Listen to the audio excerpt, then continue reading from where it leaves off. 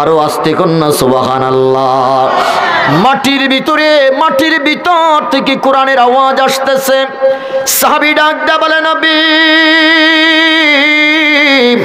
আমার মনের ভিতরে প্রশ্ন, মাটির ভিতরে কিভাবে কোরআন তেলাওয়াত হতে পারে, মাটির ভিতরে কিভাবে কোরআনের আওয়াজ আসতে পারে নবী? আমি প্রথমত এই আওয়াজটা শোনার পরে একটু অবাক হয়ে গেলাম। দ্বিতীয়ত আমি যখন কোরআনের সুর শুনতেছি, আমি যত শুনি আমার কাছে তত ভালো লাগে। বলেন কোরআনের আওয়াজ শুনলে পরে ইমানদারের ইমান বাড়ে না কমে? আরো জোরে বলেন কোরআনের সুর শুনলে পরে আমাদের কাছে ভালো লাগে না খারাপ লাগে? পৃথিবীর জমিনে যারা কোরআনের দুশমন, যারা আল্লাহর দুশমন, নবীর দুশমন, যারা মুনাফিক, যারা নাস্তিক, তারা কোরআনের সুর শুনলে পরে তাদের শরীরের মধ্যে চুলকানি আরম্ভ হয়। ঠিক ওরে কথা কয় না? আরো জোরে বলেন ঠিক কিনা? কোরআনের কথা শুনলেই পরে তাদের শরীরে অ্যালার্জি শুরু হয়ে যায়। কোরআনের আলোচনা শুনলেই পরে 140 দ্বারা জারি করে কোরআনের তাফসিরুল কোরআন মাহফিল গুলো বন্ধ করে। ওরে কথা কোন ঠিক কিনা? আরো জোরে বলেন ঠিক কিনা? এরকম নাফরমান পৃথিবীতে আছে না নাই? অথচ আল্লাহ বলতেছেন ইযা তুলিয়াত আলাইহিম আয়াতুহু যাদাতহুম ঈমানা। জোরে জোরে বলেন আল্লাহু আকবার। আমার আল্লাহ ডাক দেয়া বলতেছে, বান্দা তোর ভিতরে যদি ঈমান থাকে রে বান্দা, কোরআন শোনার পরে তোর ঈমান তাজা হতে থাকবে, ঈমান বাড়তে থাকবে। আল্লাহু আকবার বলেন। বেঈমানের কাছে কোরআন ভালো লাগে না, বেঈমানের কাছে কোরআনের সুর ভালো লাগে না, বেঈমানের কাছে কোরআনের তাফসীর শুনলে পরে ভালো লাগে না। কথা কোন ঠিক কিনা?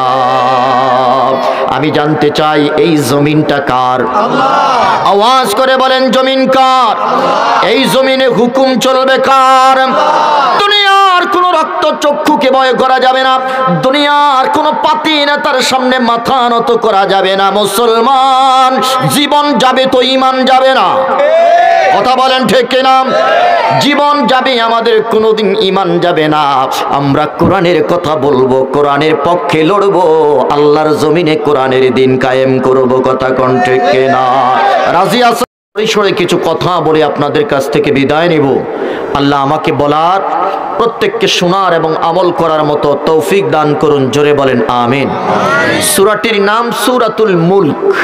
সূরাতুল মুলক, আয়াত সংখ্যা হলো 30টি, আর ক্রমিক নং হলো 67তম সূরা।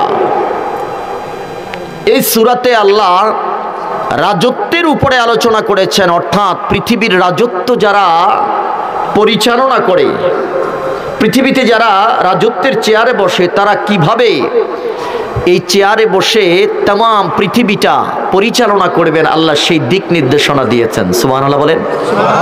আরো জোরে বলেন সুবহানাল্লাহ।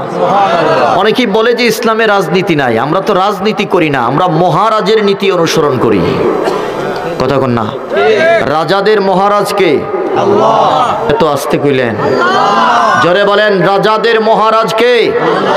আমরা তিনার নীতি করি, তিনার নীতি অনুসরণ করি। বলেন, কথা বলেন ঠিক কিনা? পৃথিবীর কোন রাজা বাদশার নীতি আমরা অনুসরণ করি না। বলেন আমরা অনুসরণ করি কাকে? আল্লাহ। আল্লাহ বলতেছে পৃথিবীর রাজত্বের মালিক হলো আল্লাহ, আর আমরা বলতেছি আমরা। বলেন দেখি সঠিক কাটটা? আল্লাহ। পৃথিবীর মালিক কে? আল্লাহ। আরো জোরে বলেন মালিক কে? আল্লাহ। আমরা হলাম ভাড়াটিয়া। কথা কন না? আমরা কি ভাড়াটিয়া, আর মালিক আল্লাহ। আচ্ছা বলেন দেখি, পৃথিবীতে ভাড়াটিয়া যদি 100 বছরও ভাড়া থাকে, সে কোনোদিন বাড়ির মালিক হতে পারে না। কথা কন? মালিক ইচ্ছা করলে তাকে ঘাড় ধাক্কা দিয়ে বের করে দিতে পারেন। কথা কন না? পারেননি। এই ক্ষমতা মালিকের আছে না নাই? সুতরাং ভাড়াটিয়া যারা, এরা কোনোদিন মালিক হতে পারে না। আমি মূল আলোচনায় প্রবেশ করার আগে সূরাতুল মুলকের একটু ফজিলত আপনাদেরকে শোনাবো। কারণ হলো এই সূরাতুল মুলক এমন একটি সূরা, যে সূরা প্রতিদিন কেউ যদি নিয়মিত তেলাওয়াত করে, হযরতে আবু হুরায়রা রাদিয়াল্লাহু তাআলা আনহু থেকে বর্ণিত, তাফসীর ইবনে কাসিরের মধ্যে এসেছে, যে রাসূল পাক সাল্লাল্লাহু আলাইহি ওয়াসাল্লাম বলেছেন এই সূরা কবরের আযাব আসার ক্ষেত্রে বাধা দানকারী হয়ে দাঁড়াবে। সুবহানাল্লাহ। আরো আস্তে করুন সুবহানাল্লাহ। আরো জোরে বলেন সুবহানাল্লাহ। আপনারা মনে হয় কষ্ট হচ্ছে আপনাদের না, বক্তা পছন্দ হয় নাই? চিন্তা করছেন প্রধান বক্তা একটু আবা কাবা পরা থাকবে, তারপরে পাগড়ি টাগড়ি পরা থাকবে, একটু মেকআপ টেকআপ করা থাকবে, তাই না? হুজুর চাদর একটা কান্দের মধ্যে দিয়া টুকটুক করে হাঁটতে চলে আইছে, আর চেহারাও তত একটা ভালো না। হ্যাঁ, মনে হয় পছন্দ হয়নি আপনাদের। আচ্ছা যাই হোক, আমি বেশি সময় আপনাদেরকে কষ্ট দেব না।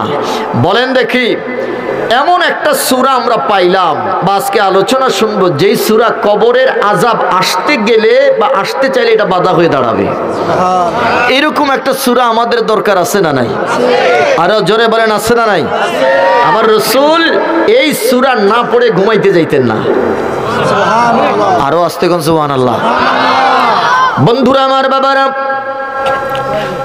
রাসূলুল্লাহ সাল্লাল্লাহু আলাইহি ওয়াসাল্লাম বলেছেন, জলিলুল কদর সাহাবী হযরত আবু হুরায়রা রাদিয়াল্লাহু তাআলা আনহু বর্ণনা করেন, দুনিয়ার মানুষেরা রে শুনে নাও, সূরাতুল মুলক, সূরাতুল মুলক এমন একটা সূরা, যদি কোনো মানুষ প্রতিদিন নিয়মিত তেলাওয়াত করে, এই সূরা কবরের মধ্যে বান্দার জন্য আযাব আসতে গেলে আযাবের জন্য বাধা দানকারী হয়ে যাবে। জোরে কোন সুবহানাল্লাহ। আরো জোরে বলেন আল্লাহু আকবার। এরে দুনিয়ার মুসলমান, যেই সূরা কবরের মধ্যে আমার সাথী হয়ে যাবে, যেই সূরা কবরের মধ্যে আমার জন্য বাধা দানকারী হয়ে যাবে, যাতে করে আমার দিকে কবরের আযাব আসতে না পারে, এমন একটা সূরা আমরা পৃথিবীর জমিনের মধ্যে তেলাওয়াত করতে চাই কি চাই না? মাত্র আয়াত হলো 30টা। এশার নামাজ পড়ে মসজিদ থেকে বের হওয়ার পূর্বে যদি আমরা 10টা মিনিট কোরআনের সাথে সম্পর্কটা রেখে যাই, সূরাতুল মুলক যদি তেলাওয়াত করি রে বন্ধু, রাসূলুল্লাহর হাদিস সাক্ষী, ওই কবরের, ওই মাইয়াতের কবরের মধ্যে কোনোদিন কবরের আযাব হবে না।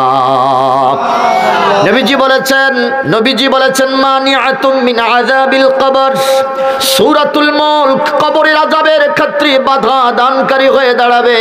এরে মুসলমান, 10টা মিনিট যদি কোরআনের সাথে আমরা সম্পর্কটা রাখতে পারি, আমার আল্লাহ রাসূল সাল্লাল্লাহু আলাইহি ওয়াসাল্লাম বলেছেন, সূরাতুল মুলক পাগলের ওই ব্যক্তির কবরে সূরাতুল মুলক তেলাওয়াতকারীর জন্য ওই কবরের মধ্যে তার জন্য কোনোদিন আযাব আসবে না। শুধু তাই নয়, হযরতে আব্দুল্লাহ ইবনে আব্বাস রাদিয়াল্লাহু তাআলা আনহু বর্ণনা করেন, দুনিয়ার মানুষ, রাসূলুল্লাহর দরবারে একদিন আমরা উপস্থিত ছিলাম। গভীর মনোযোগ দেন, রাসূলুল্লাহর দরবারে একদিন আমরা উপস্থিত ছিলাম। আল্লাহর নবীর একজন সাহাবী মলিন চেহারা নিয়ে রাসূলুল্লাহর দরবারে এসে হাজির হলো। ডাক দিয়া বললেন, ইয়া রাসূলুল্লাহ, নবী গো, গত রাত সারা রাত আমি ঘুমাইতে পারি নাই। নবীজি বললেন, কেন? বলে যে, ইয়া রাসূলুল্লাহ, আমি যাত্রা পথে যেখানে আমার সন্ধ্যা হয়ে গেল, সূর্য অস্তমিত হয়ে গেল গো নবী, ওই জায়গার মধ্যে আমি তাঁবু গাড়লাম। এরে যাত্রাপুরের মুসলমান, গভীর মনোযোগ দেন।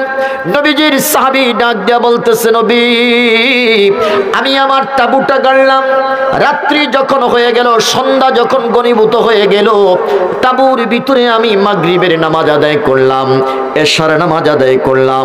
এশার নামাজ আদায় করে আমি যখন ঘুমাইতে গেলাম গো নবী, ঘুমাইতে যাওয়ার পরে আমি যখন জমিনের উপরে মাথাটা রাখলাম, আমি দেখতে পেলাম জমিনের নিচ থেকে কোরআন তেলাওয়াতের সুর আসতেছে। আরো আস্তে কন্যা সুবহানাল্লাহ। মাটির ভিতর থেকে কোরআনের আওয়াজ আসতেছে। সাহাবী ডাক দেয়া বলে, নবী, আমার মনের ভিতরে প্রশ্ন, মাটির ভিতরে কিভাবে কোরআন তেলাওয়াত হতে পারে? মাটির ভিতরে কিভাবে কোরআনের আওয়াজ আসতে পারে নবী? আমি প্রথমত এই আওয়াজটা শোনার পরে একটু অবাক হয়ে গেলাম। দ্বিতীয়ত, আমি যখন কোরআনের সুর শুনতেছি, আমি যত শুনি আমার কাছে তত ভালো লাগে। বলেন, কোরআনের আওয়াজ শুনলে পরে ইমানদারের ইমান বাড়ে না কমে? আরো জোরে বলেন, কোরআনের সুর শুনলে পরে আমাদের কাছে ভালো লাগে লাগে না খারাপ লাগে? পৃথিবীর জমিনে যারা কোরআনের দুশমন, যারা আল্লাহর দুশমন, নবীর দুশমন, যারা মুনাফিক, যারা নাস্তিক, তারা কোরআনের সুর শুনলে পড়ে তাদের শরীরের মধ্যে চুলকানি আরম্ভ হয়। ঠিক ওরে কথা কয় না? আরো জোরে বলেন ঠিক কিনা? কোরআনের কথা শুনলেই পরে তাদের শরীরে অ্যালার্জি শুরু হয়ে যায়। কোরআনের আলোচনা শুনলেই পরে 144 দ্বারা জারি করে কোরআনের তাফসিরুল কোরআন মাহফিলগুলো বন্ধ করে। ওরে কথা কোন ঠিক কিনা? আরো জোরে বলেন ঠিক কিনা? এরকম নাফরমান পৃথিবীতে আছে না নাই? অথচ আল্লাহ বলতেছেন ইযা তুলিয়াত আলাইহিম আয়াতুহু যাদাতহুম ঈমানা। জোরে জোরে বলেন আল্লাহু আকবার। আমার আল্লাহ ডাক দেয়া বলতেছে বান্দা, তোর ভিতরে যদি ঈমান থাকে রে বান্দা, কোরআন শোনার পরে তোর ঈমান তাজা হতে থাকবে, ঈমান বাড়তে থাকবে। আল্লাহু আকবার বলেন। বেঈমানের কাছে কোরআন ভালো লাগে না, বেঈমানের কাছে কোরআনের সুর ভালো লাগে না, বেঈমানের কাছে কোরআনের তাফসীর শুনলে পরে ভালো লাগে না। কথা কোন ঠিক কিনা? আমি জানতে চাই এই জমিনটা কার? আল্লাহ। আওয়াজ করে বলেন জমিন কার? এই জমিনে হুকুম চলবে কার? দুনিয়ার কোন রক্ত চক্ষুকে ভয় করা যাবে না, দুনিয়ার কোন পাতি নেতার সামনে মাথা নত করা যাবে না। মুসলমান জীবন যাবে তো ঈমান যাবে না। কথা বলেন ঠিক কিনা? জীবন যাবে, আমাদের কোনোদিন ঈমান যাবে না। আমরা কোরআনের কথা বলবো, কোরআনের পক্ষে লড়বো, আল্লাহর জমিনে কোরআনের দিন কায়েম করব। কথা কোন ঠিক কিনা? রাজি আছে?